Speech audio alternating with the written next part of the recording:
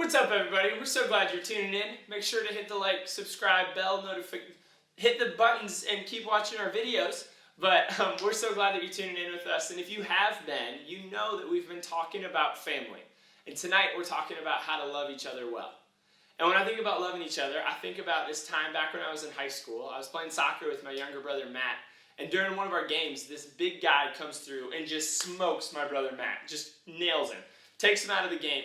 And from there on, I had this pit in my stomach of I will do anything to make you feel better. I will avenge you, right? So next play, me and this big dude went up for a header, and I hit him back. May or may not have concussed him, but I did that because I would do anything for my brother in that moment. I wanted to stand up for him, to fight for him, to make his situation better. And that's not a great example of how to love each other well, but this is what I want you to remember. When we love someone, it requires an action. I can't just sit there and be like, well, man, I love you, I'm really sorry. But in that moment, I took action because I loved my brother. And when we look at the way Jesus did that, a much better example than me, what he did was he loved us so much.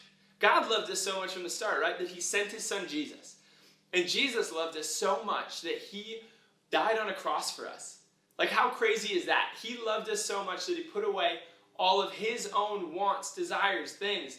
He could have lived this easy life, right? But instead, he chose to come and die on the cross so that we can have a relationship with him and that we can be in eternity with God forever.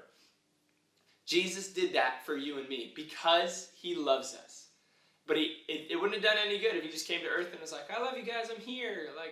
But he did something. He stepped in the gap. He acted on our behalf. So guys, for you and me this week, remember that love requires action. And if we love our family here at church, we need to stand up for each other. And we need to do things that help love each other. So this week, if you see someone being made fun of at school, you hear something. Or maybe at lunchroom, you hear people gossiping about one of your other people that you know. What would it look like if you stood up for them? If you stepped up and said, hey, they're great. You need to stop that. And loved on that person. Right? What if you saw someone sitting alone at lunch and you went and sat by them? That goes a long way, but the reality is that if you love people, you're going to act upon it. You're going to do something about it. So this week, how can we be a family that acts, that follows that example of Jesus and loves people through our actions and does it in a kind way that really brings the best out of everybody in those situations? So church, let's love each other well. Let's do this in the way that God calls us to.